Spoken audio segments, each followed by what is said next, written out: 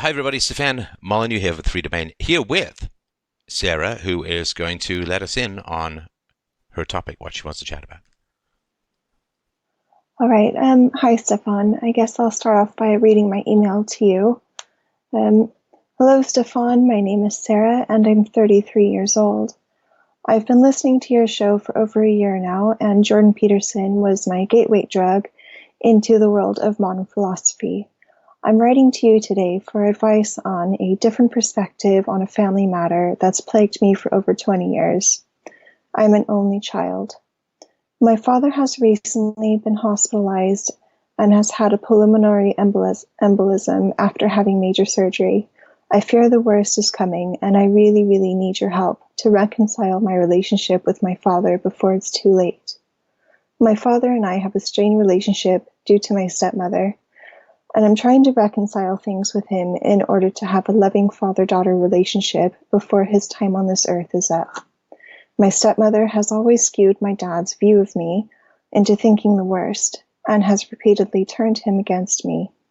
Up until just recently, I have tried to mend my relationship with her for the sake of my relationship with my dad, and to bring a peaceful perspective to our family dynamic. I was listening to one of your call-ins, and something you said really resonated with me. Only the person who has wounded you can heal you. I suffered years of emotional and mental abuse from my stepmother until I moved to a different country, and now I realize I'm not the one who should be apologetic for my actions as a child, which is what they both expect of me. Since listening to both you and Jordan Peterson, I have learned to respect myself and to stop tucking my tail in between my legs when conflict arises, like I used to in the past, in order to keep the peace. My dad keeps asking me to make amends with her, but she refuses to take responsibility for her past actions, and they both expect me to comply with their demands. I feel that now my father is trying to bribe me with his will by saying that she will be the executor of his will, and reminding me in almost every text message to bridge the gap between her and I. I have stated that I am willing to work with her to obtain closure on this matter if she is willing to take ownership of her actions, but my dad seems to keep pointing the fault in my direction, even though these conflicts happened when I was a child. I recently expressed to her that she did something wrong, and she came back at me with, "We have both done wrong to each other in the past." This was not the response I needed, but it's the one that I expected. I'm writing to you today for your perspective on this, as I wholeheartedly trust your judgment, and I just want a relationship with my dad before he crosses over the rainbow bridge. Please help me to help myself and my family. That was it. Yeah, that's quite a story. I am sorry, of course, to hear about your father's medical issues. That is a heartbreaking thing. And has he had health problems before? Is this relatively new? Oh, yeah, he's had a heart attack in the past, and ever since I left and moved to another country, it's just kind of gone downhill as far as I'm aware. Right, right, okay. And the issues that you most have with your father, just can you give me some more detail of the kind of stuff that you experienced, if you don't mind? Um, well, I can kind of give you like an overview of like from like growing up, and it'll just be as brief as possible. Doesn't Basically, have to be brief. This is your oh, life. I got time. okay. I got time. Oh, thank you.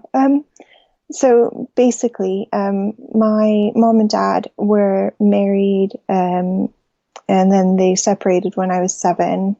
And then when they separated, he met my stepmom.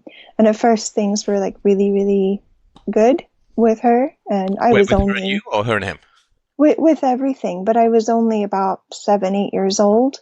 So it was a bit like, when you're a child, things can be fine and dandy until, kind of shit hits the fan sort of thing. Yeah. And, and then my my earliest memories of my dad have always been like one of the most fond, or like not fond, but just a memory that I always have is I would hear him leaving for work at about 5 in the morning, and I would get up out of my bed and I would run to the front of the house that overlooked the driveway, and I would peer through the blinds and I would see him, and he would look up at me and he would wave goodbye, and he wouldn't get home until I was already in bed.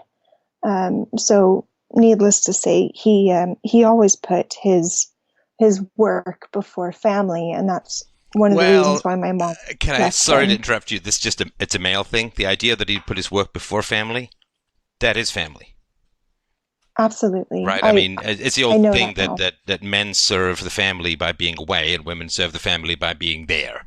And so, that's a rough life, man. At 5 o'clock in the morning, it's like that is unless you're just going to bed after a night at Studio 54, that's a rough time to be transitioning at all. So and I'm Absolutely. sure that gave you a sense of security and like he's out there, he's going to work, he's going to make the money, and so yeah, I can see that being. But I just, I'm sure you get it, but I just don't want the listeners to get the impression that somehow him going to work is in place of family. That's hunting trips and all of that. That's how men serve the family. But sorry, go ahead.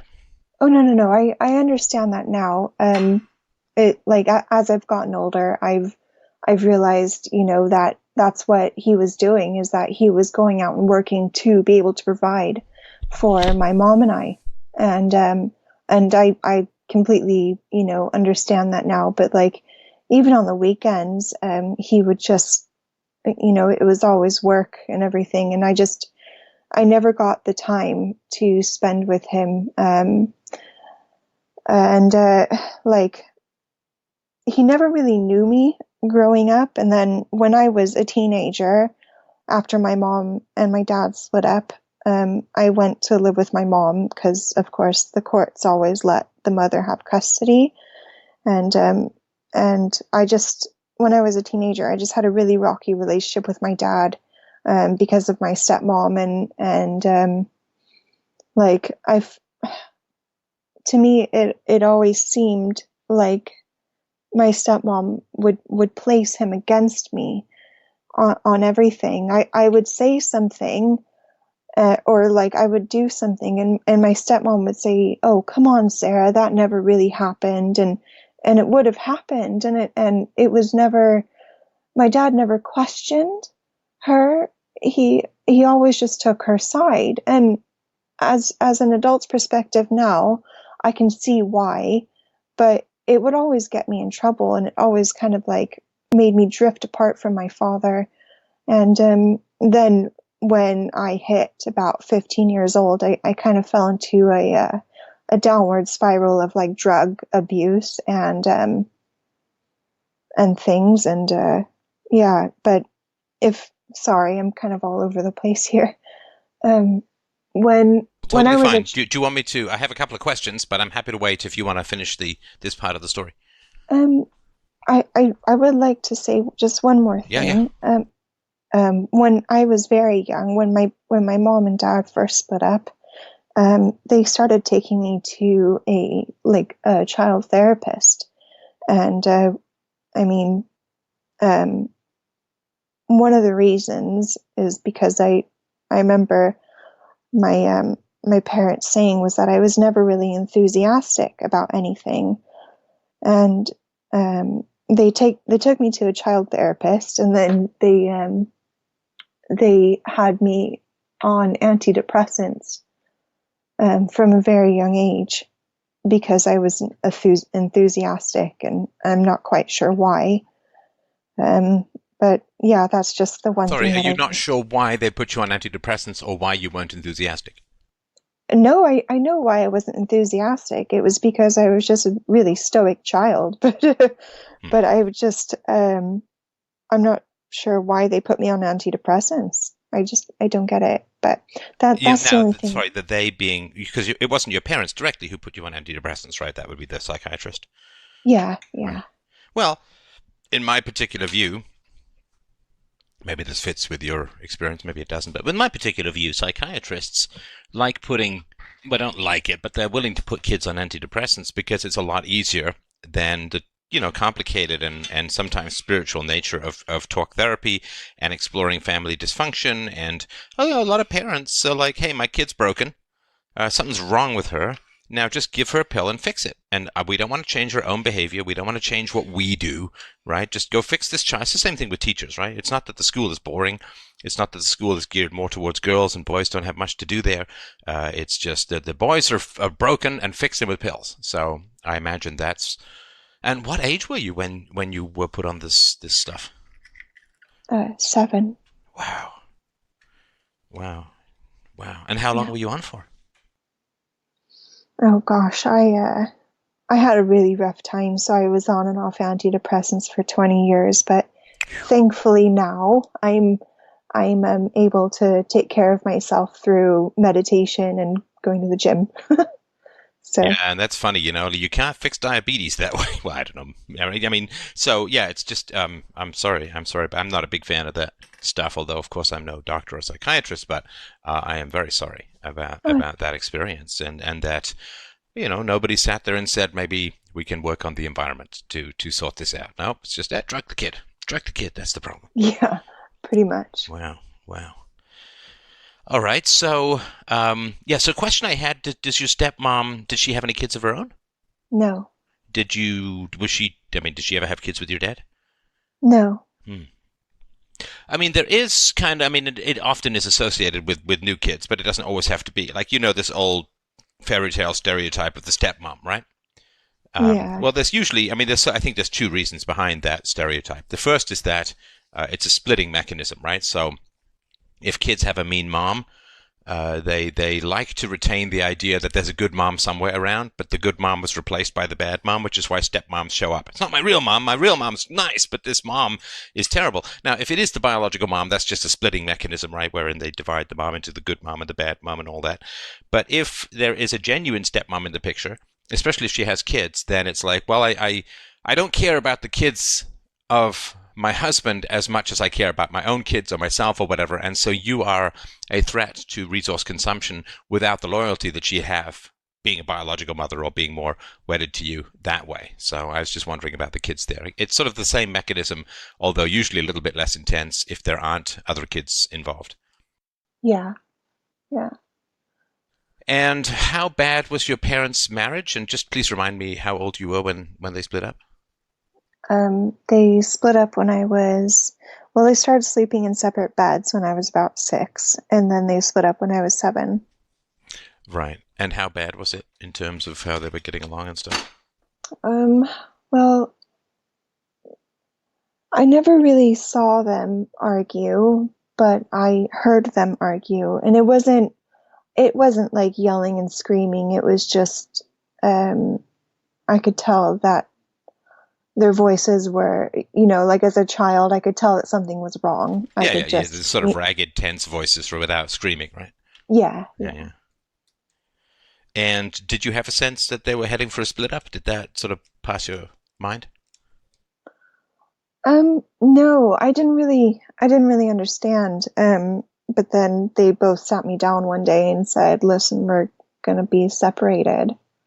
And that was it. And how was that for you, that moment? Um, I was just, I mean, I just said, okay. And I went to school and I spoke to some of my peers at school and I said, oh, my parents getting a divorce. And that was it. And I didn't really, it didn't quite, I don't know, it just didn't really bother me then. Okay. So what that says to me is that you felt helpless in the environment.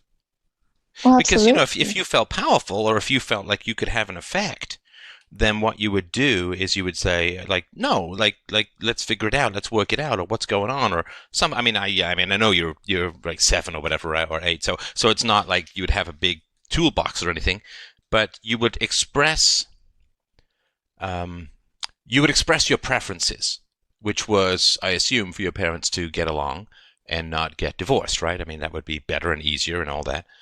Like it sort of reminds me, I very very clearly remember the day November of 1977, the day that I was looking out the window of my flat in London, going to Canada, and we put everything in boxes, and everything was packed, and I just remember sitting there saying, well, I guess we're going to Canada now, but no sense of like, should we go, should we not go? I mean, I'd heard about it and all of that, and I knew we were going, but I very much felt like a leaf on a stream, like just any way the current flows, any way the wind blows, I can't affect anything.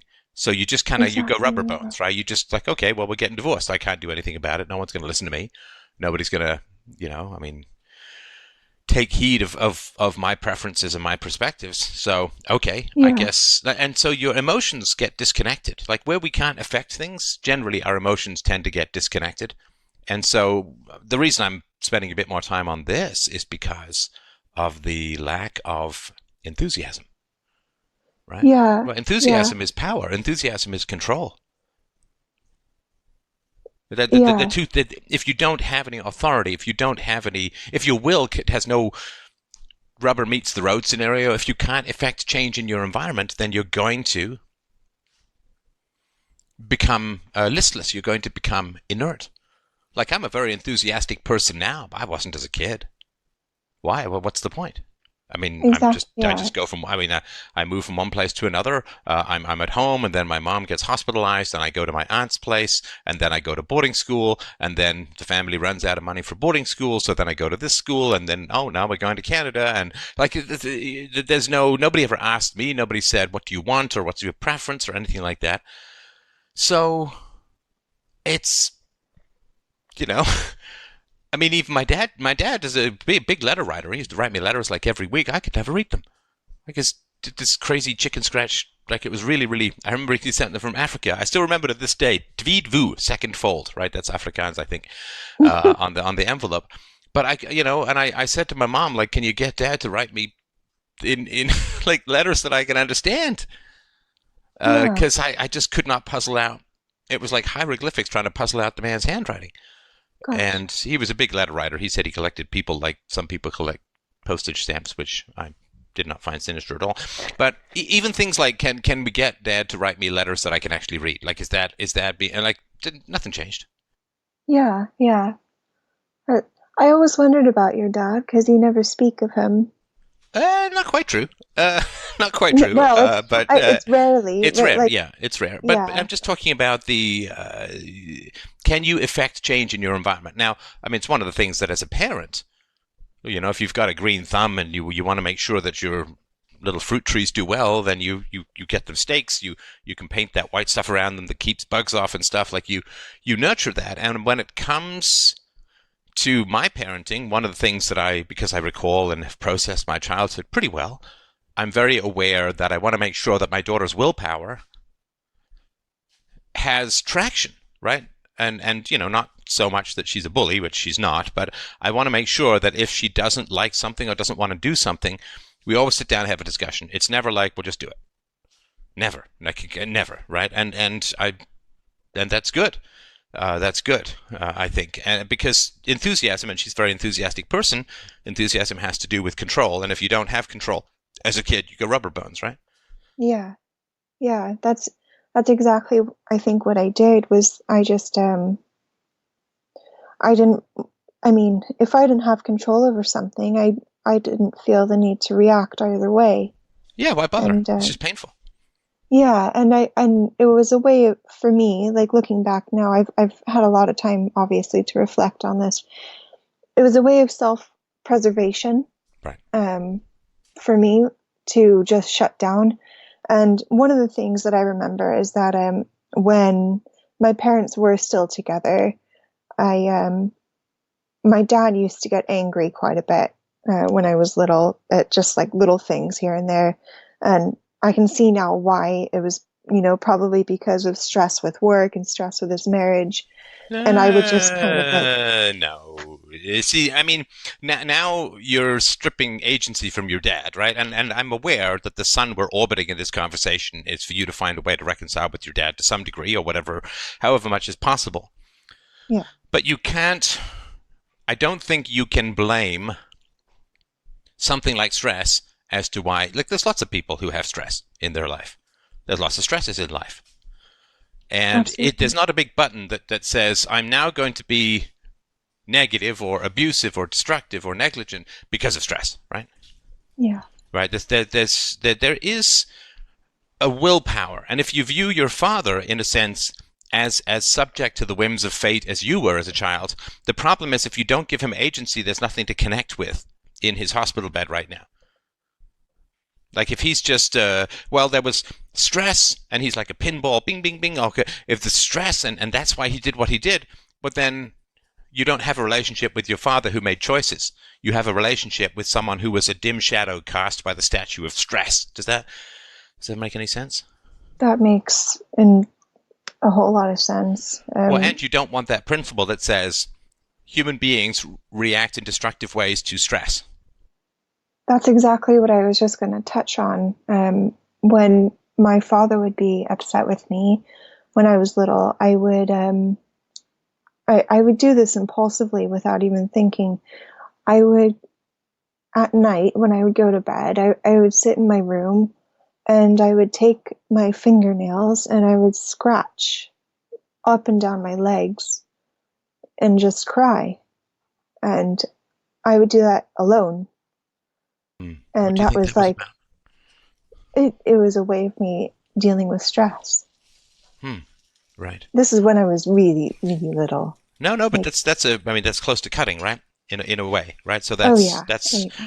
not exclusively, though, largely, to my knowledge, a female way of dealing with trauma or difficulty is this kind of self punishment. Men may do it in ways that are sort of Chad risky, like Jason Priestley sports car racing kind of stuff, but Yeah. or just other kinds of dangerous situations. But yeah, that is a bit of a uniquely female way, which is to self attack physically. Yeah, yeah, absolutely.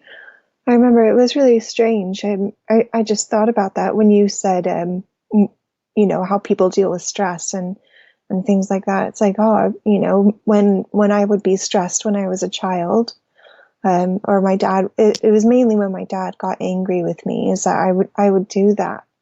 And because like I remember the only thing I wanted when I was little was for my dad to be proud of me. And if I ever disappointed him, I'd fly off the hinges, but I would do it by myself. I would do it at night when there was no one around. So the desire to please your father in this way, where do you think it came from? I mean, you can say that there's a natural tendency for kids to want that as a whole and all that, but this seems to have been exacerbated or stronger than average in your situation, if I understand it correctly. Yeah, yeah. I always thought that if I made my dad happy, that he would spend more time with me. Ah, right. And that's kind of how it ties in to where like I thought he was, with him, spending however long at work all the time, and then he wouldn't have time to spend with me. Isn't that interesting? So for you, it's like, okay, if dad enjoyed my company more, he wouldn't spend as much time at work. And Yeah, so if I'm more of a fun kid, but there is really a kind of tail wagging the dog desperation in all of that, right? yeah. I'm very sorry that that's a message you got. Do you know if that came from anyone in particular, or was that something that I want to say you came up with by yourself? Because I mean, it's environmental, but do you know if anyone told you that, or if your dad ever said, or if there was any way that you had support for that theory as a whole? Um, I don't think so. I think it was just because it was never explained to me as a child. I think my parents treated me like a child, if you know what I mean. Growing up, they didn't speak to me like an adult. They didn't say like, well, dad has to go to work because he needs to do this in order to be able to support us, and things like that. Like if they would have sat me down and kind of like explained what was happening, But could because they? Could they? Do you think could they explain that? In other words, was it explainable, or was your dad a workaholic because he didn't like his home life? I don't know. I think my dad's always been a workaholic, but whether he liked his home life or not, I mean, he was just obsessed with what he did. There's an oh, I mentioned this on the show before, but I can't. There was some rich famous guy who's like, I'm gonna I'm gonna take a trip around the world on a hot air balloon, right? And Yeah. I remember someone writing and saying, "Oh, yeah, okay, we get it. You don't like your wife. Okay, big deal, right?" And it's like, yeah, this a lot of male ambition is driven by unhappiness at home because you at work you're enjoying the job. You have affected in the job. You have positive feedback in the job. You get things achieved at the job. You're valued in the job. Whereas at home, it might just be a crap fest from dawn till dusk. So we naturally gravitate towards our caves of competence. And if it's one of the challenges with what I do is that my family is so much fun to spend time with, but I also have a responsibility to listeners, to donors, to the world. I enjoy philosophy, so um, this job would be a lot easier if I was unhappily married. Um, so Yeah, it yeah. is because everything's a competition. Everything competes for our attention, right? Yes, absolutely. Hmm. All right. Absolutely. Okay. Okay. So you lived with your mom. Was your dad nearby after the divorce? Did you see him much? I know he was working a lot, but how did that go?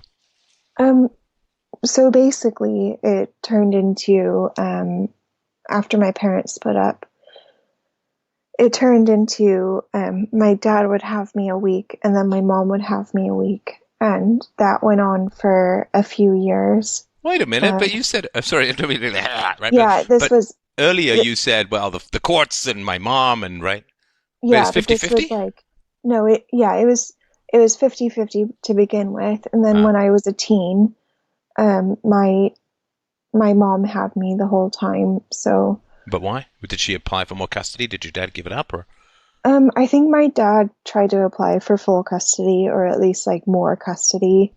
wait, more And than half? yeah, And why did he do that? I I don't know, but I'm Well, you not must have had sure. some idea in terms of how your home life was, right? Yeah, I mean well, my mom did drink when I was little. I'm not sure if that had anything to do with it, but No, when no, there's a transition point here that yeah, maybe we don't have the answer, but I just really want to clearly ask the question. So you said in your teens, was this, I assume early teens, like tweens kind of thing? Your dad went for more let's custody? see. No, like okay, so what from the age of like 7 until about 14, my dad went for I think he tried to go for more than like half custody. So But for the sort of 7 year period, he was trying to get more custody. yeah, yeah. Wow. And then and then from I think it was like 15, then my mom had me and that was it. Okay, so why was your dad trying to get more than 50 custody? I have no idea. I don't know. See, now that might be a good question to ask him, Yeah, right? yeah. But Because that does show a kind of devotion, right? A that desire to yeah. protect, a desire, right? It wasn't the whole time though. It was right when they first got divorced. All right, so I feel I'm chasing a bit of a butterfly here. You Sorry. said no, it's fine. You said from 7 to 14, but now you're saying it was earlier on mostly. Sorry, let me be a bit more clear. That's From fine. 7 to 14, my parents had me each for a week. Yeah. And that but I remember that my dad was trying to get more custody at the very beginning of that from when I was Okay. 7. Okay. Sorry, I was sorry for being so No, that's fine. unclear. That's fine. Look, this is murky history, and for those who haven't dug into this kind of history, stuff gets pretty freaky, right? I mean, in Yeah. terms of like trying to figure out the timeline and when and what happened. Like I know I spent a summer in Newfoundland with a colleague of my father's who was a marine biologist, and I also went to Africa, and I can't remember if it was 15 or 16. Anyway, so yeah, these things are a little they can be a little baffling. So I have no problem with that. I just want to make sure that I'm clear, right? 'Cause I need to have the maps before movement, if that makes sense. Yeah, Dare I absolutely. say the maps of meaning before? Anyway, um, Oh, good. Good yeah, yeah, reference. thank you. Yeah. So then, when you were 15, you went whole hog with your mom. Is that right? Yeah. Yeah. Okay. Okay. Um, And do you know why that but changed? well, there was something in between there. So when I was 14 years old, so okay, bit of reference. My dad and my stepmom met when I was 8 years old, and then they got married when I was 10. Hmm. And then I was a bit of a trouble child, but still doing 1 week on, 1 week off. But when I was 14 years old, I don't know what happened, but all of my parents sent me to live with a family friend. Habe? Yeah, they sent me to live with a family friend out in the middle of nowhere and to do homeschooling. And I did that for, I think, maybe, I don't know, 6 months or 8 months, Huh. something. It wasn't a full year. But I remember that I did really well there because it was there. My friend had a mom and dad that were still together, and there was like a lot of structure. They lived like on a ranch type of thing. But I remember thinking when I was there, you know, like, why doesn't any of my parents have time for me type of thing? Oh, And because then, your friend was homeschooled as well, right? yeah, yeah, So my parents are friend spending was, a lot of time with the child, right? yeah, yeah, and it was really nice. And she had horses, and like we had to like take care of the horses and like like do stuff around the ranch, and I did really well there. And then after that, my mom had full custody of me, and I rarely saw my dad after that. Huh. And you don't know why you were sent to this ranch. I have no idea. Isn't that was there a bad explanation given at the time, or you don't remember that either? I think it was like, do you want to go live with your friend? And I was like, yeah, because what preteen doesn't want to go live with their friend? Yeah, Or no, like I what get it. I 14 get year, it. so Yeah, I get it. Um, wow, that's interesting. yeah. Yeah, no, and the homeschooling thing is interesting because my daughter was talking to some kid we met about homeschooling, and the kid came to me and said, "Well, why do you want to homeschool?" I'm like, "I'd miss her too much during the day," and Yeah, that was a tough thing for kids to kind of process, right? yeah. Because you know that kind of joke, like it's the most wonderful time of the year, which is when the kids are going back to school. It's very cruel, Oh, it very is nasty. it is really cruel. Like I don't understand why people are like that. When I have children, if I can have children, I'm definitely gonna homeschool. Oh yeah. So Oh yeah. there No, is one I've thing. always hated this. I can't wait for the kids to go back to school. Well, it's because parents don't have good negotiation skills, so the only way that they can resolve conflicts is to threaten the bond, right? So as long as the kids feel unwanted, then the kids can't fight back, and you can pretend like you've negotiated something.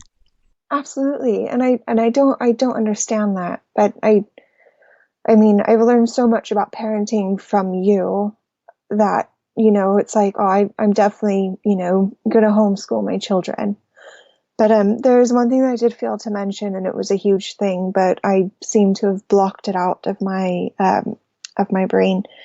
So right before I went to go live with my friend, I did try to kill myself, and I got pulled out of school, out of normal school, and then I got sent to live Hello. with a friend. Sorry, That's fine. it's It could it's be a somewhat really causal. sorry. It's just a really hard memory, and Of course, of course. sorry. I block it out. Do not. Don't apologize. Honestly, it's fine. It's fine. I know. Listen, this is how we assemble the history. It's like, oh shit, there's a jigsaw piece, puzzle piece under the couch, right? Yeah, Right. yeah. Sorry, No, it's fine. sorry. Stop apologizing, please. Um, okay, so what happened that led to you were 14? Is that right? What happened that led to the suicide attempt? Um,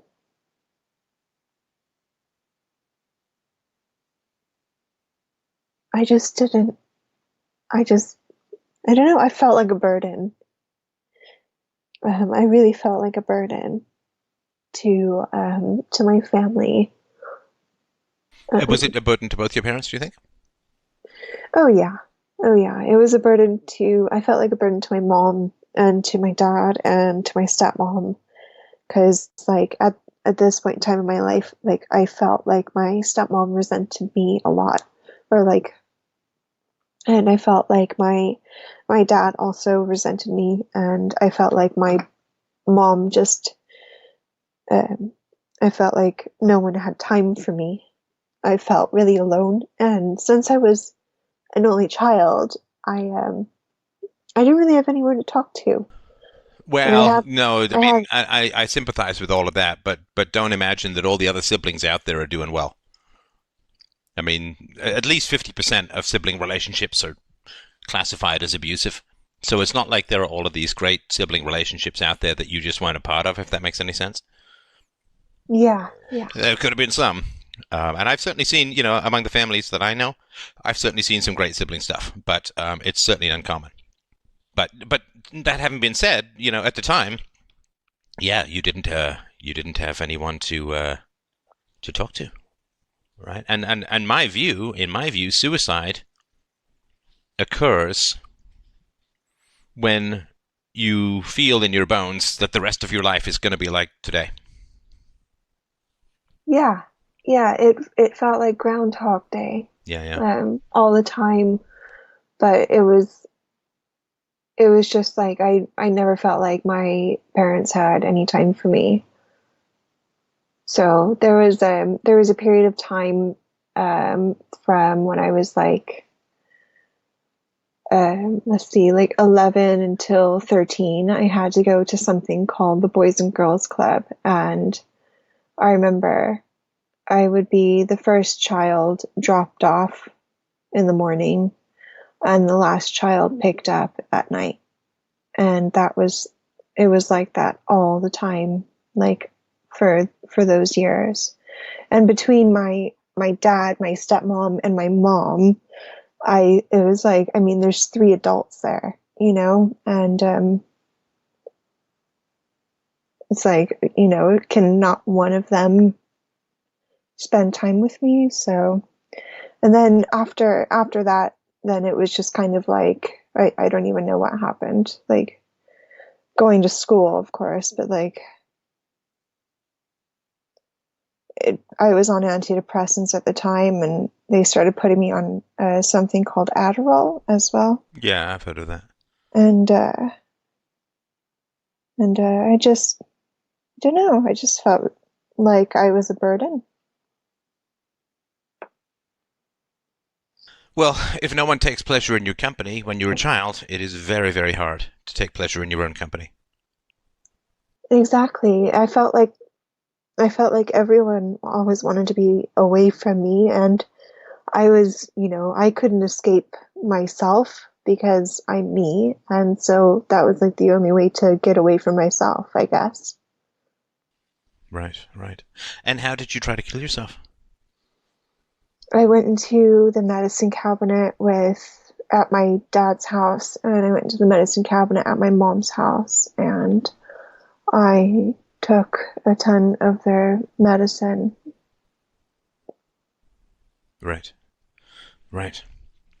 And I obviously like I they didn't find me unconscious or anything because like I don't even know what I took. It was probably just like a ton of like I don't know, like it was all prescription drugs because I remember it was in the prescription bottles, but it was probably something along the lines of like out of date amoxicillin and like Right. God knows what else. But like after I did it, like a few days went by and I was my it was actually my stepmom that noticed that I was really unwell. Like I hadn't eaten and I kept vomiting and I couldn't hold down any water. And this was like a few days. And then she sent me back to my mom's house. And then my mom had the bright idea to take me to the doctor. And the doctors like took my blood and I didn't say anything. I didn't tell anyone what I did at all, Right. not even my friends. But then my doctors took my blood and they said, that my kidneys were like failing, or I don't know, my kidney levels were up really high. So then I had to go into the children's hospital in ICU for like a week or something. And I remember I was in the hospital, and my dad came to visit, and he came in and started yelling at me saying, "Did you take peyote? Did you take peyote?" And I was just like, "No, I don't even know what that is." And they never found out. Um, I never told any of them what I did and Oh, like so what do I your took. parents, you don't know to this day? Do you think that you tried to kill yourself? No. Hmm. Right. Okay. So it was shortly after this that you went to the ranch? Yeah. I see.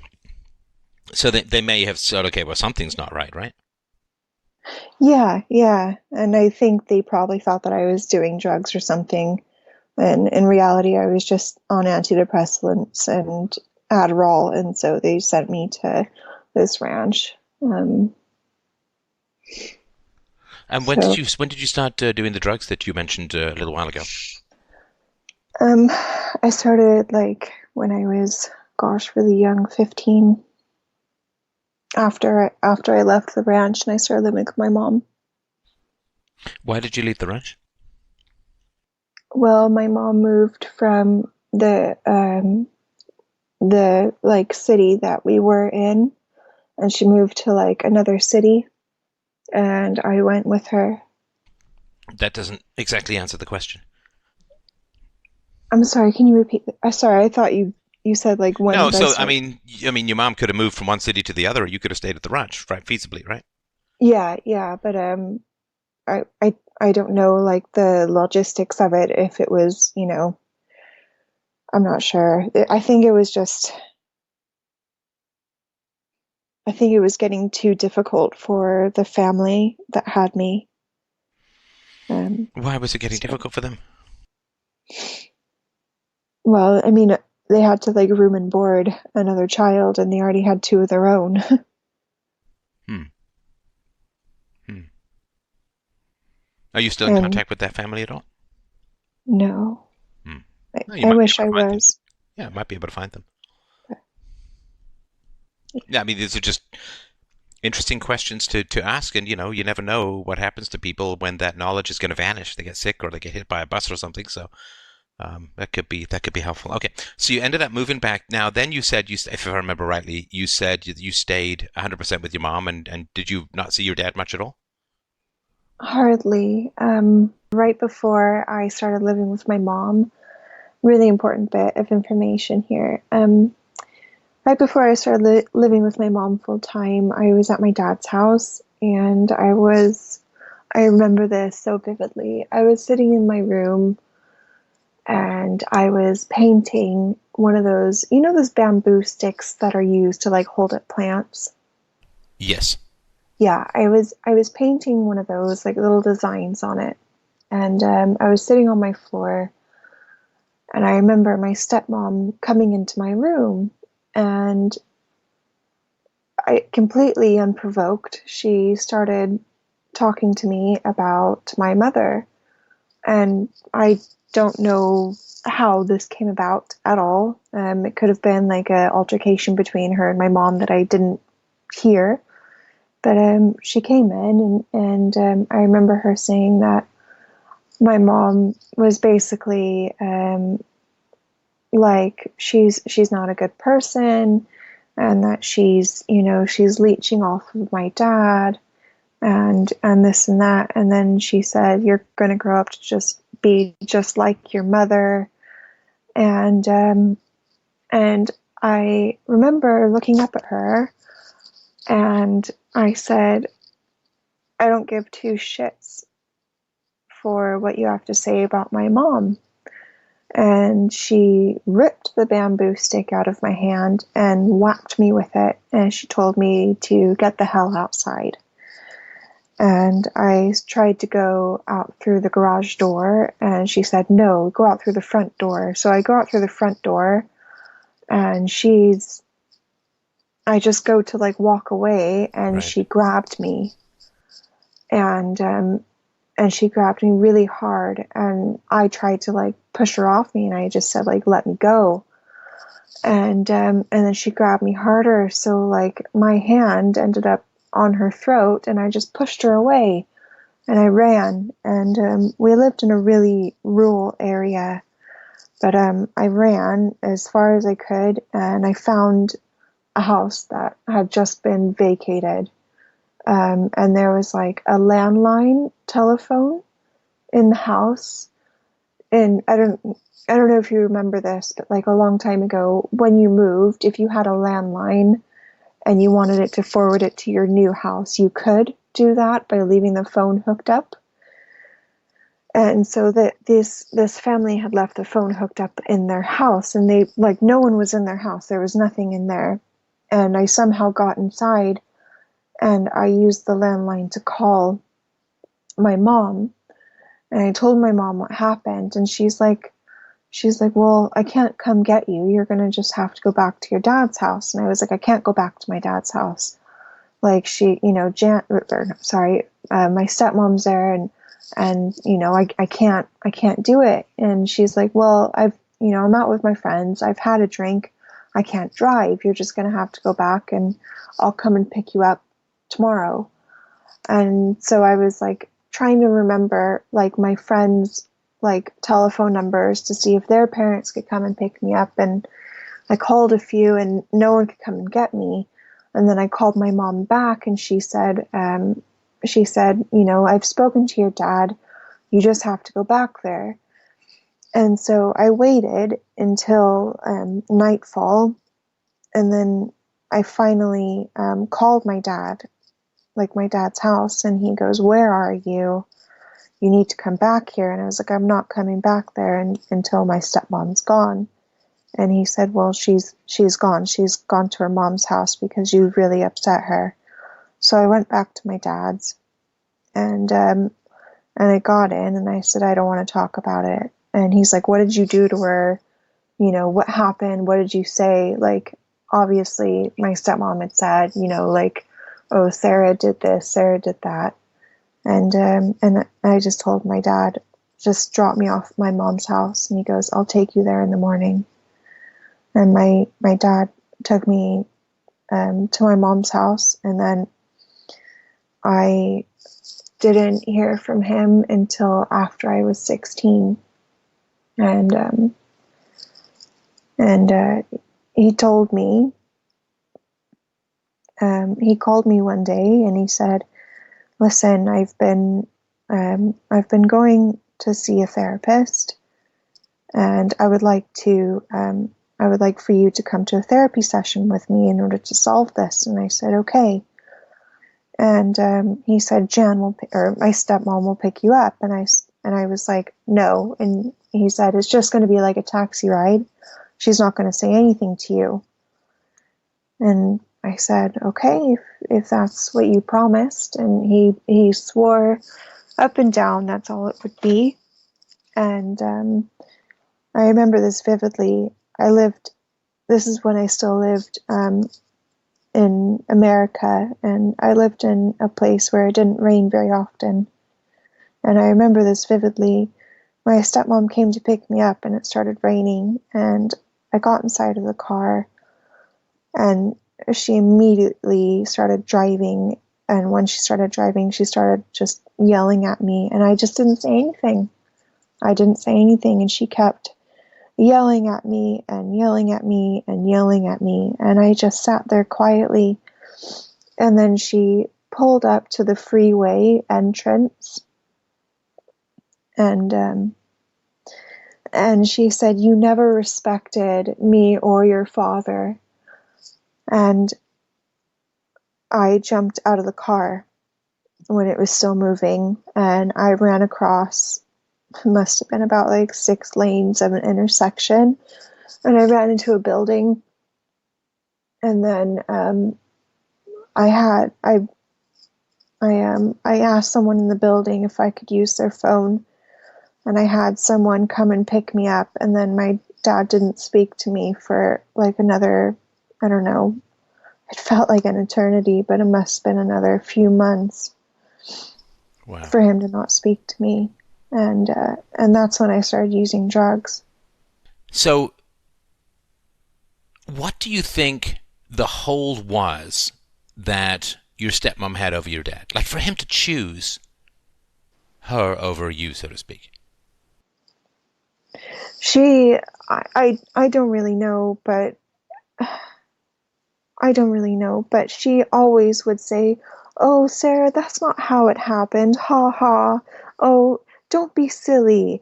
That's not true." And she would blatantly say that I'm lying without saying that I'm lying whenever I would bring something Or the up. gaslighting, like you misremembered or whatever, right? Yeah, yeah, and it felt like, I don't want to say it felt because it kind of diminishes the whole point of it, but it was like it was like I had no say because I was a child. Right. But the problem that I'm having now is because they never gave me agency as a child. They never respected me as a child. They want me to apologize for everything that I did when I was a child, when they made me that way. Wait, who wants you to apologize? Like now? Yeah, my dad is asking me to apologize to my stepmom now for everything that I did as a child. That's what I mean. And he's saying, well, you better make amends with her quick because she's the executor of the will. And it's almost like he's bribing me, and it's so cold. It's probably more of a blackmail than a bribe, but okay. I mean, in terms of like, yeah, because yeah. I mean, a bribe is usually just to do some kind of favor, as opposed to compromise your entire history. That comes more out Yeah. of the threat matrix, as far as I'm concerned. Okay, so This is, that's kind of new, and that to me shades things quite a bit, right? Because the idea that you now have to apologize to your stepmom, or you might be cut out of the will. I don't, as far as I mean, I'm no lawyer, but as far as I understand it, your dad can write you into the will and to hell with your stepmom, right? yeah, but that's not the point of this. The point of this is that there's something that you said in one of your call-in shows, and you said only the person that wounded you can heal you. Well, if And healing is I possible. Yeah, the healing is possible, but I need her to take responsibility of her actions, and I want, like, I don't know how to help them understand that my actions as a child was when I was a child. I mean, I wasn't Do a you think they perfect don't? Do kid. you think they don't understand that deep down? I absolutely think, I absolutely know that they don't understand that. Well, what do you mean? I mean, you know them better than I do, so I apologize for sounding incredulous. But are you sure that they don't know that a child has less responsibility than an adult, and that the environment of the child has a lot to do with how the child turns out, and that parents shape the environment of the child to a significant degree? Well, parents shape the environment of the child almost 100%, right? You say, oh, it's a school. Yeah, well, the parents choose to put the kid in school or whatever, right? So, Funny you should say that. My stepmom was a teacher. yeah, of Oh, course she oh, was. wait, I failed to mention something really important. Hmm. My stepmom and my dad, they are boomers. I'm going to try not to get dragged into the stereotype, because I think everyone knows about my sort of thoughts about the boomers. But Oh, I know, but yeah, I mean, it's just to give you a bit more of a more rounded understanding of the type of, like, mind thought that they have, you know? right. Okay, I mean, so I was yeah, sort of, I don't believe that they. I don't. I mean, unless they're really mentally compromised. There's, I mean, what sane person says that the child is primarily responsible? Now, they may say, oh, yes, but when you were a teenager, different matter, blah, blah, blah, right? they didn't even have anything to do with my teenage years. I ran away. Well, yeah, My my mom left America and she sent me back to live with my dad. And I was there for 3 days and I ran away and I never went back. right, right, okay. So How that's have another things thing been to with add your about dad it. as an adult? Like you're an adult. Well, after after like I quit using drugs, like I made somewhat of an amends with him, um, and like tried to make a bit more like be in his life a bit more. But I remember one time like I like it. She just like my stepmom has always just stood in the way of me trying to spend time with my dad. But I remember I was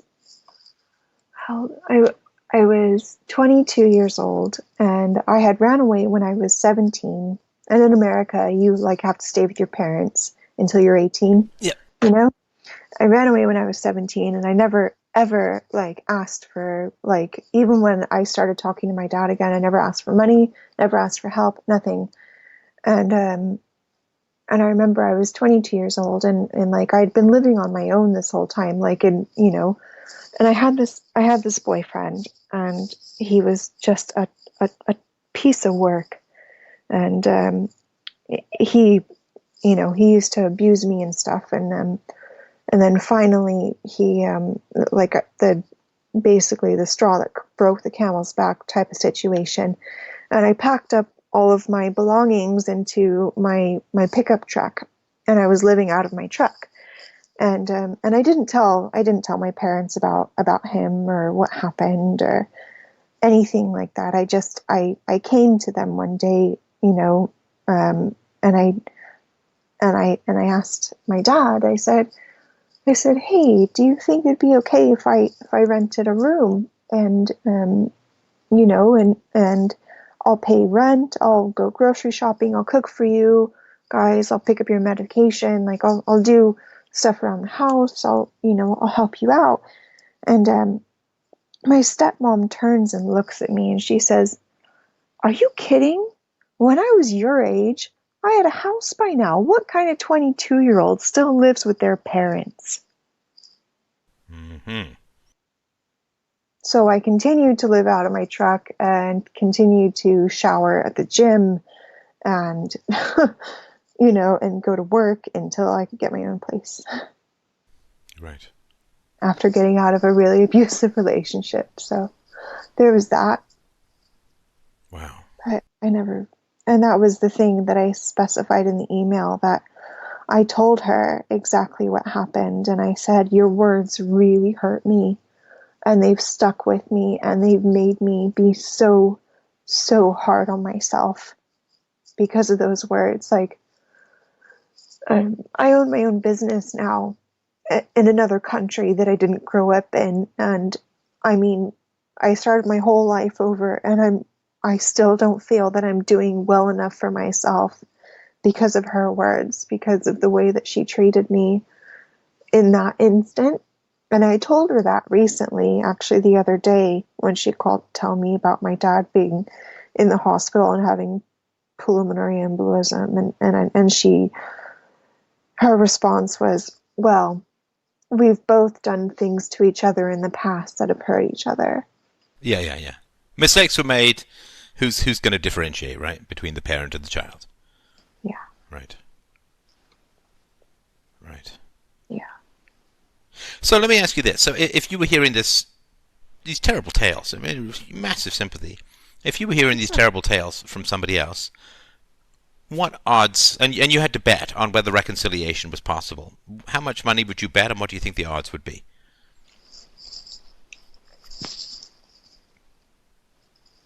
Between the father, Between the father and you, or the father and the daughter. don't know, maybe 50-50.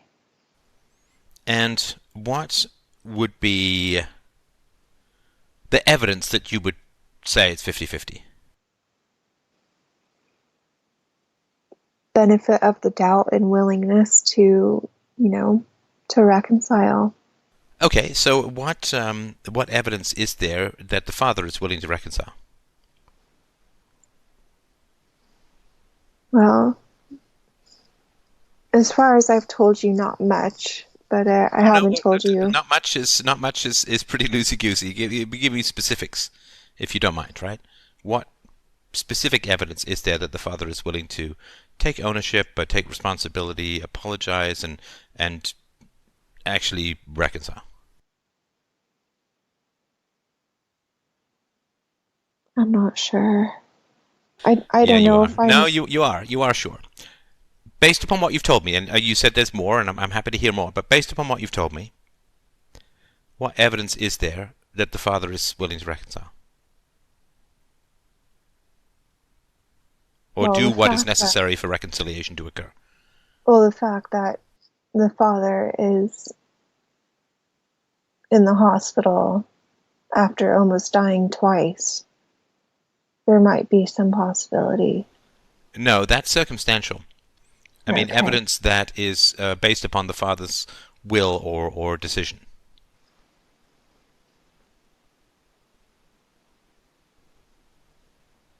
Has the father shown any inclination or thawing of the heart that would lead one to believe that reconciliation, earned reconciliation, might be on the table? It's hard for me to say because I mean my dad's been in contact with me through these few weeks that he has been in the hospital and just been constantly telling me how much he misses me, how much he loves me, how proud he is of me. He's telling me all the things that I wish I would have heard growing up, but Okay, he's doing it now. he's doing it now, yeah. Which I mean, that can happen, right? That somebody can have a change of heart later on in life and can realize that he made mistakes and so on. So he's telling you that he's proud of you, and that's all nice to hear. Is there anything? Sorry, I should put this. Is there anything that he said that he's proud of you of that has changed on your side of things? In other words, you cured cancer, and I was proud. If that makes any sense, right? Um, he just keeps telling me that he's proud of the woman that I've become.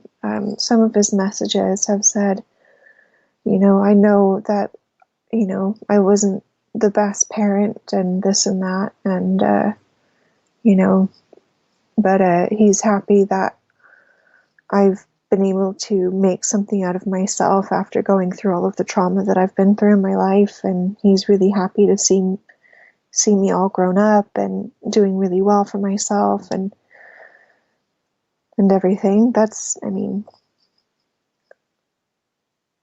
he's saying all the things that I wish that he would have said to me growing up Right, right. Okay. now. So what's interesting to me about that is that he knows what you want, and he's known for a long time, right? Yeah. Like I assume you haven't given him a list of things that you want him to say, No. right? So he's known, I assume, now that he's saying what you. So he's known what you've wanted for a long time, right? And he's Yeah. withheld it from you, right? I think it's fair to say, for a long time. Yeah. And now he's giving it to you. So, I mean, it's good that you're hearing this, but if he's always known what you've wanted, but he's withheld it, that makes me a little concerned, if that makes sense. Yeah, but he's saying this through text message, obviously without my stepmom being able to read it. Right, right, right. What else would you say in this scenario about what evidence there might be for a capacity to reconcile?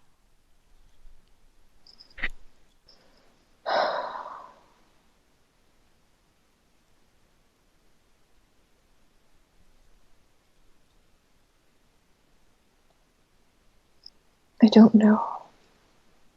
Tell me your ideal reconciliation scenario.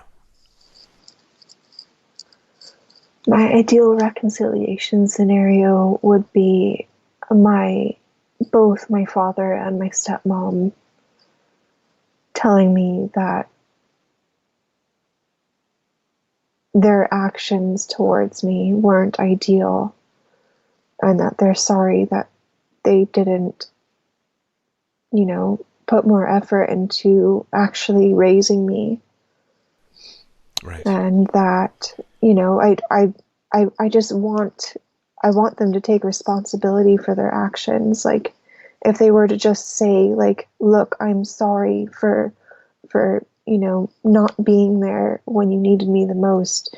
I'm sorry for not being able to, be as a loving parent for you to speak to, about like wanting to kill yourself or anything like that. I'm sorry for, thinking that drugs would help you when you're 7 years old. Mm. I'm sorry that I hit you, with a bamboo stick and, threw you outside. I'm sorry for not speaking to you on your 16th birthday. I'm sorry for yelling at you and saying that you've never respected me. I'm sorry for yelling at you, like on my dad's side. I would want him to say that he's sorry for yelling at me when I was younger, and because that really, as you know, yelling at your child really puts a barrier between them, and that would be the ideal scenario. And for them to acknowledge that my actions as a child were exactly a reaction from them, from the way that they treated me. Right. Okay. Okay. That's all I want. I don't want anything of his will. I just want him to know who I am, and I want him to know I want them to know like what they did. Right. So tell I've me what made you it feel now out about this. Sorry, like tell me what you're feeling now about this. Because I can't see you. I can hear it in your voice. You feel very strongly about this, right? sorry. No, no, don't apologize. No, please don't apologize for feeling strongly. I mean, it'd be crazy if you didn't, right?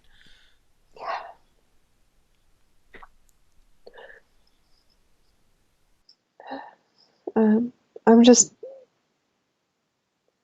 I'm feeling really scared. Um I feel worried and anxious. And I feel these things because I I feel these things because I don't feel any hope that it would happen, but there's also like one tiny sliver of me that has a wish, that has like a Jiminy Cricket, a conscience that knows that it could be possible if I just said and did the right things to them for them to understand. Right. Who have you harmed in your life, do you think?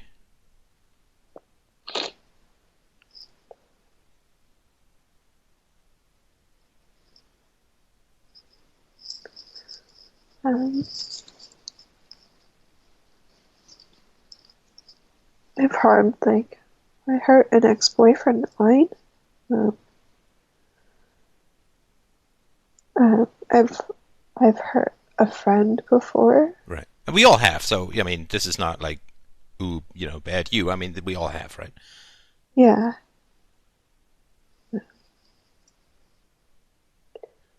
Yeah, I go know ahead. I've harmed myself a lot. Well, no, but others, right? Yeah. Now, when you hurt others, how do you feel? Oh God, I feel awful. Right. I'm sure you do. Because you have a... Conscience. That's right. I have a Jiminy Cricket, You have a so Jiminy Cricket. You have a conscience, right? yeah. Right. Do you think people without a conscience can grow one?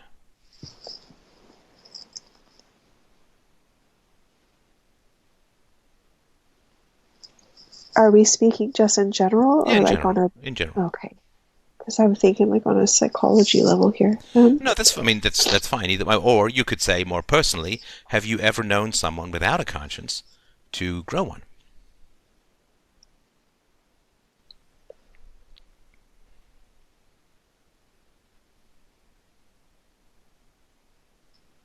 I've never known anybody without a conscience.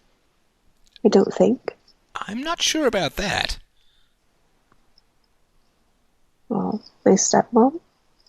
Well, and your father married her, right, and supported her and has stayed with her for his, significant portions of his adult life, right? Yeah. So, what evidence do you have that your stepmom has a conscience? And again, I'm not trying to like leading. Oh, there's no evidence. Like I'm genuinely curious what evidence you have that your stepmom has a conscience.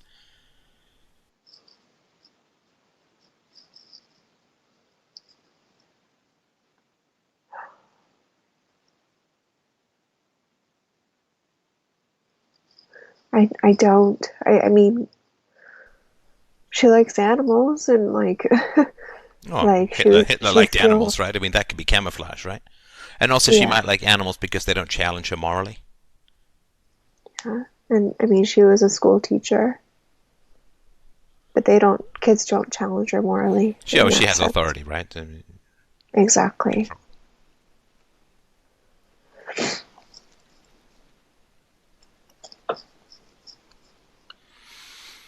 So, I don't know. so the question then would be: so, what evidence do you have that your stepmom feels bad about things, gets upset about hurting people, it bothers her, she feels she, has to make amends, make things better? Like, what evidence do you have about, the sort of typical things that you'd have with a conscience? Well, I think there was something happened with her and her mother. I think they had an argument about something, and then her and her mom didn't speak, and then right after that, her mom passed away, and she felt bad about that. So No, but there's a that's her needs, sliver right? of evidence. That's her needs. Like she didn't Yeah, get the closure. I mean, for other people, right? Have you ever seen her or heard her talk about, I did this thing that hurt someone. I really, really feel bad. I really want to make it better and sort it out and, help the other person feel better and all that stuff. I don't remember her saying anything like that. Right. And certainly with regards to you, is there any evidence that she has even felt bad about the way she's treated you over the years? No, Right. Okay. Do you think it's possible for somebody with a conscience to be in a long-term marriage or romantic relationship with somebody who doesn't have a conscience?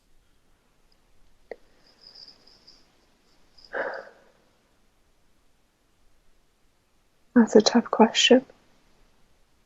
Yeah, because I know my dad has a conscience because he's told me that he feels bad about some of the things that's happened to me and some of the things that he's done to me. But did he feel that? Did he say that before he got sick? Yeah, Okay. yeah. Okay. Good. And what was the circumstances that caused or provoked that conversation? I think the first time he spoke to me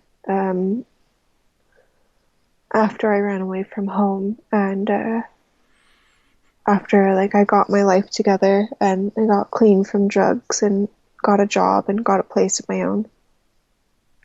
So after you got to shore, he kind of gave you a life raft? Pretty much. Yeah.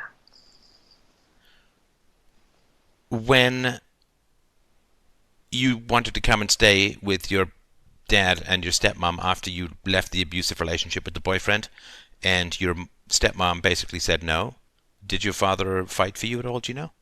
No. Why do you think that was? I don't know. Um,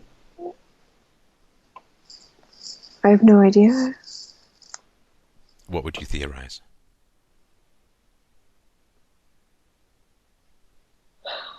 Because I don't know, she runs the ship, I guess. Yeah, he's scared of her, right? Yeah. Right. Why do you think he stayed with her? Because he didn't want another failed marriage. Well, as far as wanting another failed marriage or failed relationship, right? I mean, that would be you, right?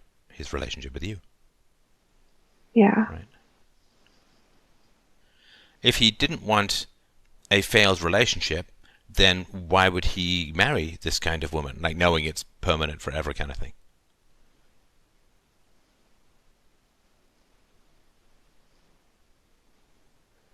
I don't know. he didn't want a failed relationship with her, but I mean, I don't know. In my mid-20s, I remember I tried to kill myself again by means of something a bit more violent, and I ended up in the hospital, and he didn't even come see me. What happened that was more violent with your suicide? Oh God, I took a lot of really strong SSRIs. I drank copious amounts of alcohol, and I took a lot of benzodiazepines and sliced my wrists. Wow. Wow. And what provoked that? Was that the boyfriend? No, no, that no. I was living on my own at the time, and I had just gotten fired from a job, and I called my dad because I wanted advice and I wanted a perspective as to why I was fired. And he yelled at me, and so I called my boyfriend at the time, and I told him what happened, and I asked him for a perspective on why I was fired, and he yelled at me, and that's when I did that. But the boyfriend at the time actually had a key to my apartment, and he found me unconscious on the floor, covered in blood and piss. And he called my dad when it happened. Told him I was in the hospital, and that was it. And that was, sorry, I just got a little confused between your dad and your boyfriend. That was the result of your dad yelling at you? It was a conglomeration of things, really. Like I was on antidepressants at the time that were making me suicidal. I just gotten fired from a job. My boyfriend at the time wasn't letting me see like any friends or anything, and like my dad yelling at me, my boyfriend yelling at me, and like it was just a whole bunch of things just came piling down, and I didn't want to deal with it anymore. Right. So there's great danger when people abuse you, right? In that you could internalize it and you can become suicidal, or at least that's the case in the past, right? Yeah. Right. So this is my concern about trying to achieve some sort of closure with your dad, right? Which is that if you end up being manipulated or bullied or controlled or abused further, right? That this could put you into this kind of spiral, right? This is risky. This is like it's an extreme sport, so to speak, right? Yeah. Well, that voice got very small. What do you mean? What happened when I said that? No, no, you're right. But I mean, I would never. I'm. I'm a bit. I'd like to think I'm a bit wiser now, and I wouldn't do something like that again. All right. Now you've said a couple of times something that you say that I had said, and people. I mean, I've done 4,500 shows, right? So I don't know the Yeah. context or whatever, but you said something like around that I've said that only the people who hurt you can heal you. Yeah. If that makes sense. That's something. Yeah. Now, what does that mean to you? Like, let's say I said that. Let's say that it applies to this situation, right? What does that mean to you? That means that in order to like be healed, I need closure from my dad, So my your dad is in stepmom, control of your healing. and my stepmom. Yeah. Right. Now, I whatever I said that you got, Yeah. that is not what I meant. I mean, I probably do you took it think out that of my mom is in context. control of whether I'm a healthy person or a healed person or not? No, absolutely not. Right. She hurt me, right? Is my dad Yeah. in control of whether I'm a healthy person or not? No. No. No. No, he's not. So again, I don't want to try and parse what I may have said or under what context or whatever, but I'll tell you this. You should in no way, shape, or form ever put your mental health in the hands of abusive people. Ever. It should never Yeah. be that you are reliant for healing upon the whims and positive responses of people who have in the past proven themselves to be destructive, neglectful, abusive, manipulative, you name it, right? Because you lose Absolutely. control, right? I mean, if my Absolutely. mental health and peace of mind and stability was dependent upon my mom growing a conscience, I have no control over my life or my thoughts. Does that make sense? That makes a lot of sense, yeah. So, And whatever I did say, I just really want to be clear that I do not want you or anyone who listens to this to get out of what I said that your happiness and closure and peace of mind is dependent upon people growing a conscience. yeah, I I understand what you mean entirely. I think one of the problems is that like I'm encased in like other people's perceptions of me a lot of the times. So when people think negatively of me, especially people that I love, um, I tend to kind of like internalize that, Sure. We all and do. That's the price of love, right? yeah, That the price of love is it really matters what people think of you, which is why I urge people to be as stingy as humanly possible with the word love. Right? You've heard me a million times on these shows, right? Say somebody says, "But I love my mom." I say, yeah, and then you ask what morals and values do they have? "Yeah." So because when you say you love someone, you give them carte blanche to your self-esteem, to your heart, to your sense of identity, to your happiness, to your stability, right? Love is like a key to the city of who you are. Yeah, So, do you love your stepmother? no, Do you love your mother? yeah, Do you love your father? yeah. And what virtues, and I'm not talking about like stuff that happened over the last year or two, right? But what virtues as a child, because they're your parents, right? So their primary relationship with you would be as parents to your childhood. What virtues did they display when you were a child that would cause the involuntary response called love? Well, my father was he did try to help me with homework when I was little. Um, so like the effort that he put in towards that, I would consider a virtue. Um, the virtue of making the sacrifice of spending time with his family in order to take care of them, I would consider that a virtue. Sorry, the virtue of not spending time with his family. You said to spend time with his family in order to take care of them, and I remember the Yeah, 5 a.m. thing that he left. So, yeah, yeah. Like working, like sacrificing today in order to build a better future type of oh, thing. so he worked and he paid bills and so on, right? Yeah, Okay, yeah. all right. In order to like keep a roof over our head and stuff. But then Um, he got divorced from your mom, which kind of put waste to that to some degree, right? yeah, Okay. So what else? yeah. Um, when I would ask my dad for advice, this is in in later years, so in my 20s. Whenever I would ask my dad for advice, he would give me as thorough and thought out advice as possible. Um, and he would really give me his time that way, um, in order to help me and help me outweigh situations. So as an adult, he gave you good advice, Yeah, and did you yeah, listen to his good advice? absolutely.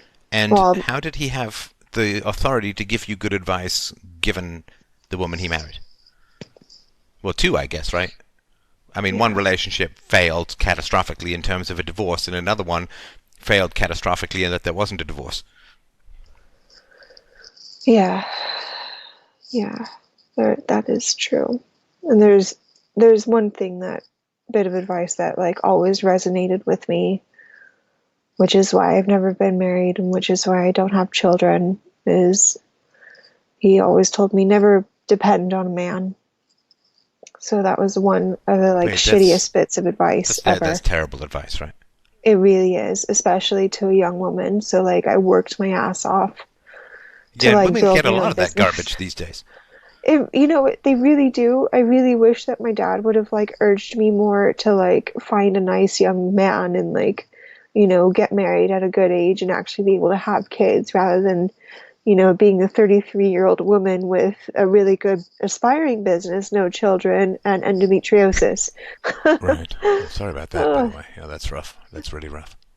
it's all right. Okay, Okay. so I guess then there's just one question I have, which is if your father gave you good advice and you listened to his good advice, why was your life such a mess in your 20s? Well, I always asked him for advice about work because that is what I knew that he did best. Ah, okay, okay. So it was work So, advice, obviously not dating or life or love or children yeah, or marriage or family advice. Okay, okay. not real world advice because he's not common sense type of guy. He's work ethic type of guy. Okay, okay. So he paid the bills, he helped you with homework, and he gave you some good business advice. Yeah. And what else? Um, when I was really little and I would have bad days, this is when I was doing the week on, week off thing. This is before, like, I think it was before he met my stepmom. He would make my lunch every day and he would write a little note in there on like one of those sticky notes and tell me, don't have a bad day. You have to think positively and, keep your head high and make sure you do this assignment and this and that. And so he would do things like that to try and like brighten my day. And that's like a really fond memory. I consider that a virtue because it made me feel a lot less alone. Right, right. Now, if you stack those positives, I'm not going to disagree that they're positives. If you stack those positives up against the negatives, do you end up with a net positive or a net negative? Definitely a net negative, I guess. You guess? Yeah, Well, you're going to need to do more than guess, right, for this conversation, right? Because this is kind of yeah, a yeah, decisive conversation, right? So if you fog out too much, you won't get much out of it, right? yeah. Um, So if you were to hear this from someone else, would you say that that's enough to generate love?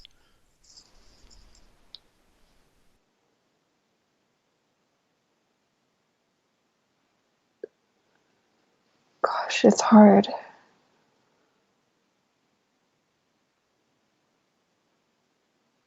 It's really hard to say because I want to say yes, that's enough to generate love because a daughter always needs a dad.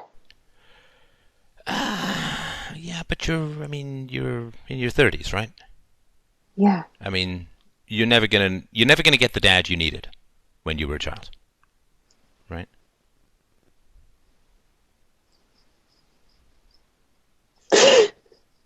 I mean, it's sad, but it's true, right? I'm yeah, never going to be mothered as a child the way that I should have been mothered. I'm never going to have a father. Like I'm never going to have a father. Let's say that my father turns into a wonderful guy, calls me tomorrow, and so on. It's like, yeah, but I'm almost 53 years old.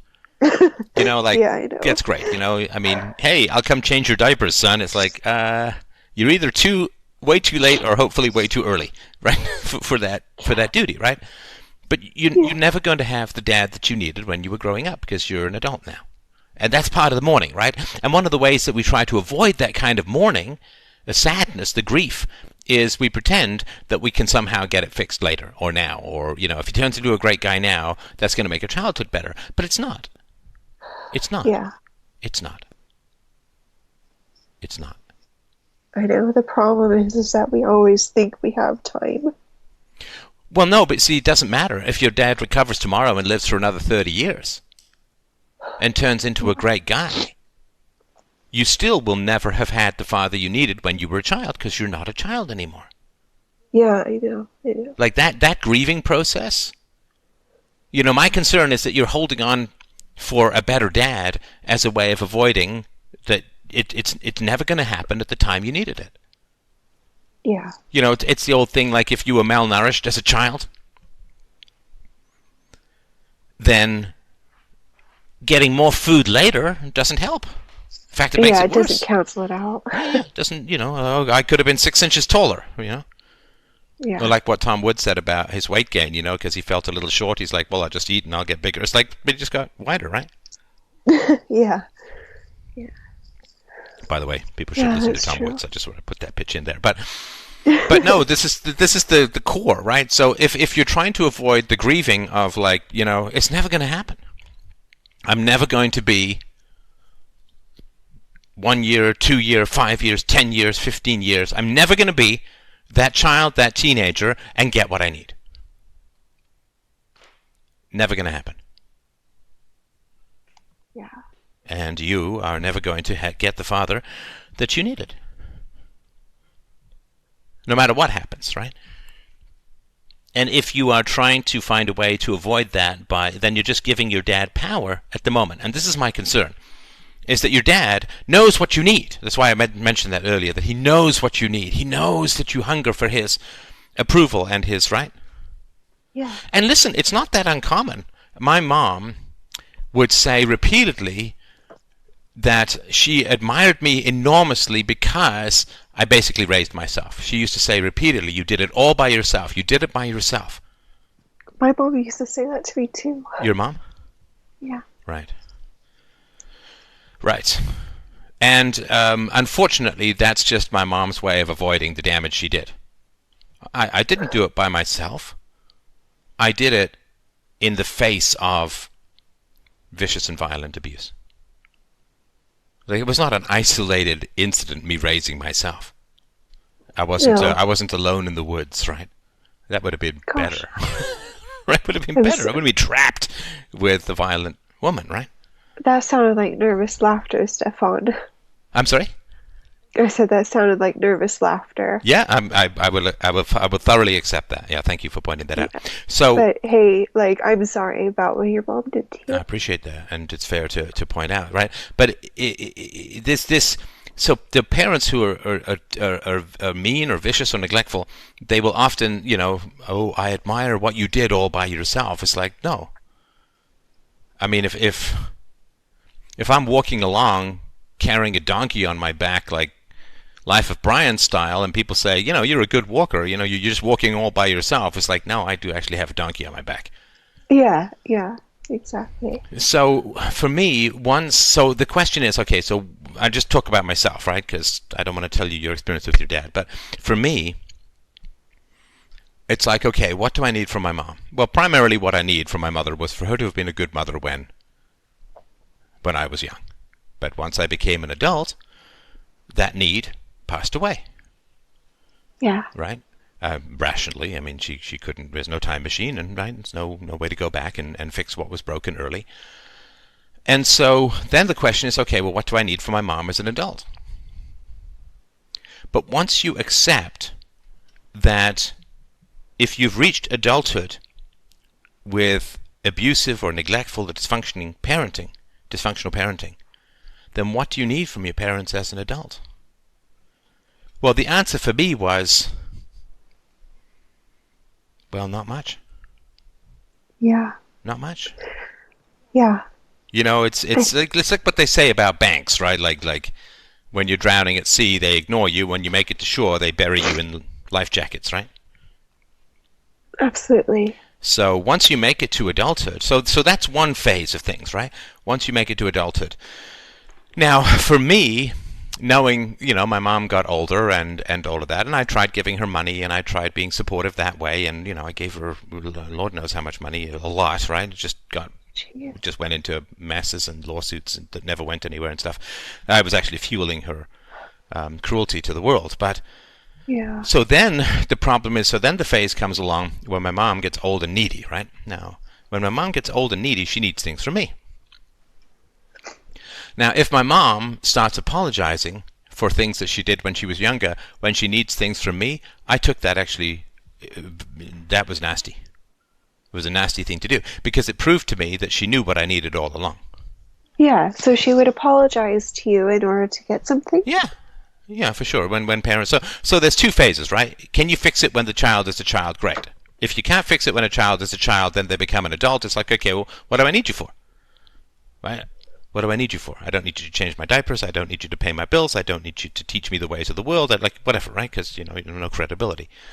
So then, when parents get old, they need things, right? They need things from you. Yeah. And the two things that they need are material and psychological, right? So the things that they need from you materially is they need you to come and help them out and maybe wipe their butts and pay their bills and all of the stuff that comes from taking care of aging relatives and frail and like all that kind of stuff, right? So they need the material stuff. Now the material stuff they can conceivably get from other people or the government or private people if they have money, like nurses' aides or whatever, right? So that's what they need materially. But you see, when they start looking at that big black doorway of death, right? There's the conveyor belt is pushing them closer. Then they start to feel bad, right? They start to feel bad. Yeah.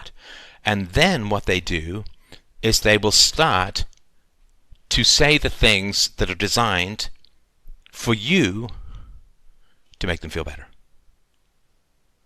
right? So when they start, It's still about them. no wait. So when they realize their own mortality, that's when they will come back to you to apologize, No, I don't think it's to apologize. or to kind of like say the things that you always wanted to hear.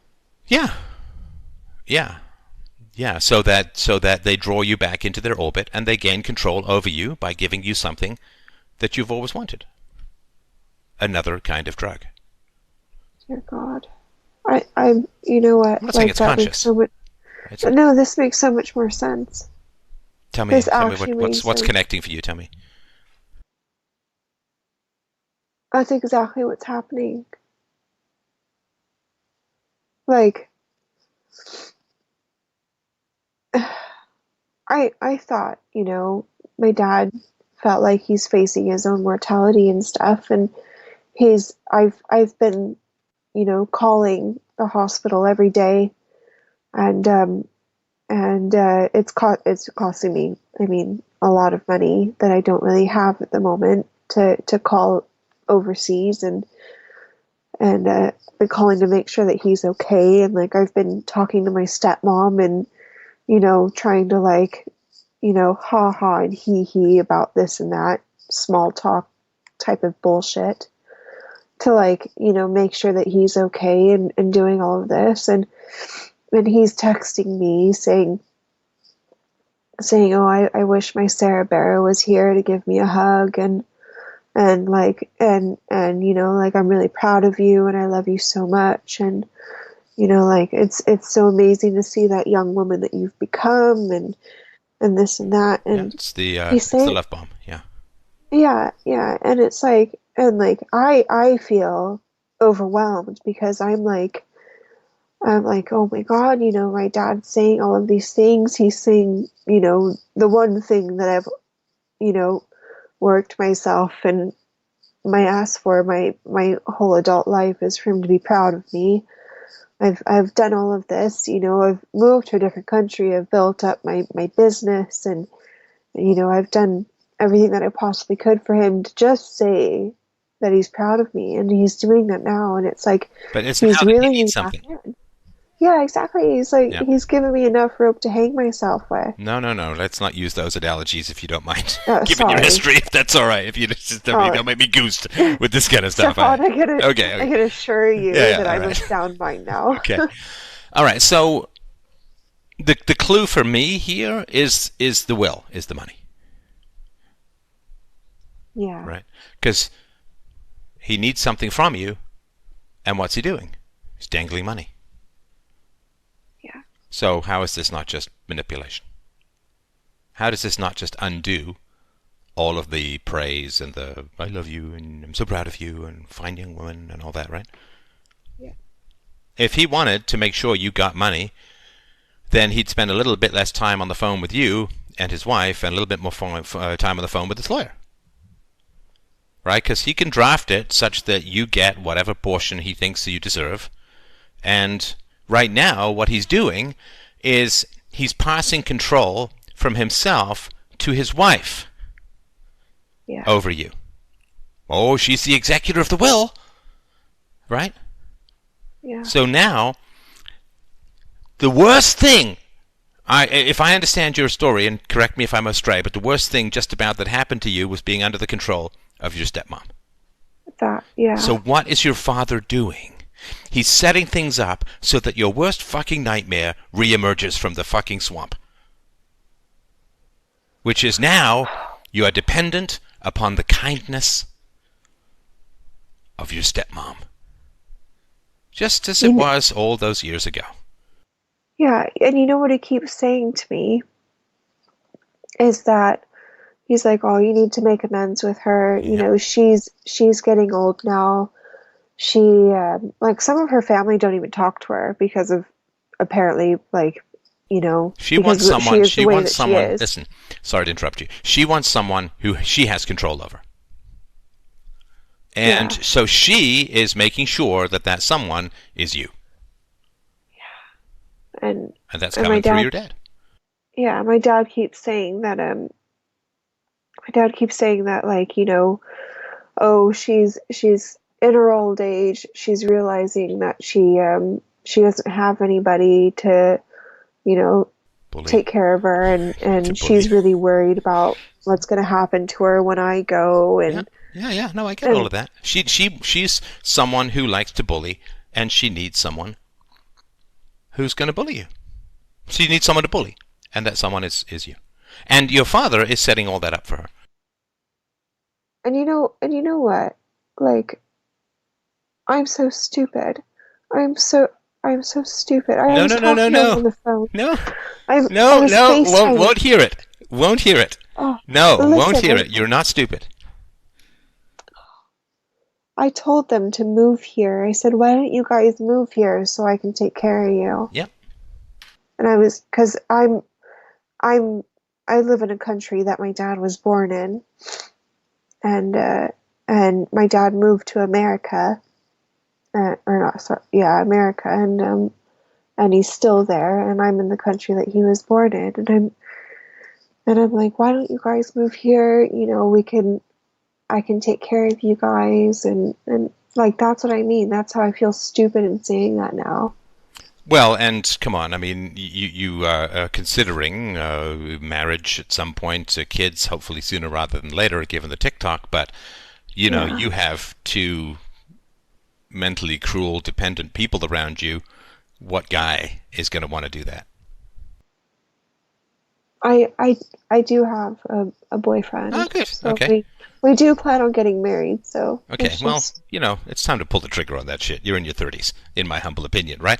But it's going to be really tough on your marriage if you have two people who abused you in the past, who I think are kind of manipulating you in the present. You know, there's a too late aspect to life, in my opinion. Yeah. There's a too late aspect to life, right? Yeah. You know, it's too late to apologize when you've already had the affair. Yeah. Right? It's too late to apologize for stealing the money when you've spent it all and refused to pay it back. And the question is, when is it too late for parents? Well, your suffering should have been clues enough that they were bad parents. Yeah. Your suffering, your self-destructive aspects, the abusive relationship that you were in, or more than one, suicide attempts, right? That should have been enough for them to say, holy shit, we put a hell of a burden on this kid. We've really done something wrong. Let's get ourselves into therapy, right? Yeah. Which they didn't do. No. And now they're dangling, in a tortuous way, the thing that they know you most need or want, because they want something from you. Well, and what that means is that they've always known that's what you've wanted, but they withheld it because it served their own selfish interests, and now they're providing it to you because it serves their own selfish interests. Yeah. And now you're going to take care of them when they didn't take care of you? No. Well, I would certainly mull it over. I would, you know, I mean, I don't tell people what to do, but I would certainly mull it over. And I'm enormously suspicious of these turnabouts when you need something. Well, like you said, I'm never going to get the dad back that I needed when I was younger, No. so what's the point? You've seen this a million times in movies. This is a dramatic example, but you've seen this a million times in movies where the bad guy has the gun, right? And he's like all Yeah, kinds of dancing and pointing it, and he's all in control and power and this, that, and the other, right? And then the good guy grabs the gun. And the bad guy's all like, "Hey, let's work it out. Let's be reasonable. Let's negotiate, right?" Nothing's changed other than the gun has switched hands, and nothing's yeah, changed here except they don't have the power to compel you to do what they want. So now they have to entice and manipulate. yeah, yeah. So, Stefan, my my question is, how do I get over it? Get over what? Like, I still want to keep my dad in my life because, No, no, you no, no, know, no, no, no. Come on. No, you have to be accurate about what it is that you're doing and what it is that you want. You want to okay. avoid grieving. I'm sorry, that cut out You for a want to second. avoid grieving, Grieving. right? Okay. There's an old saying which says all mental dysfunction is the result of the avoidance of legitimate suffering. Right. Your father has not grown a conscience. Your stepmother has not grown a conscience.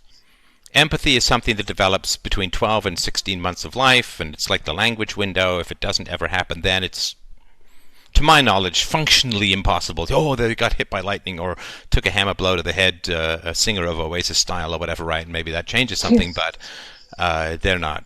They're not different now than they were when you were 5 or 3 or 10 or 15 or 20 or 25 or 30. They're the same people. Why? How do we know that? Yeah. Because they haven't done the self-work necessary to change.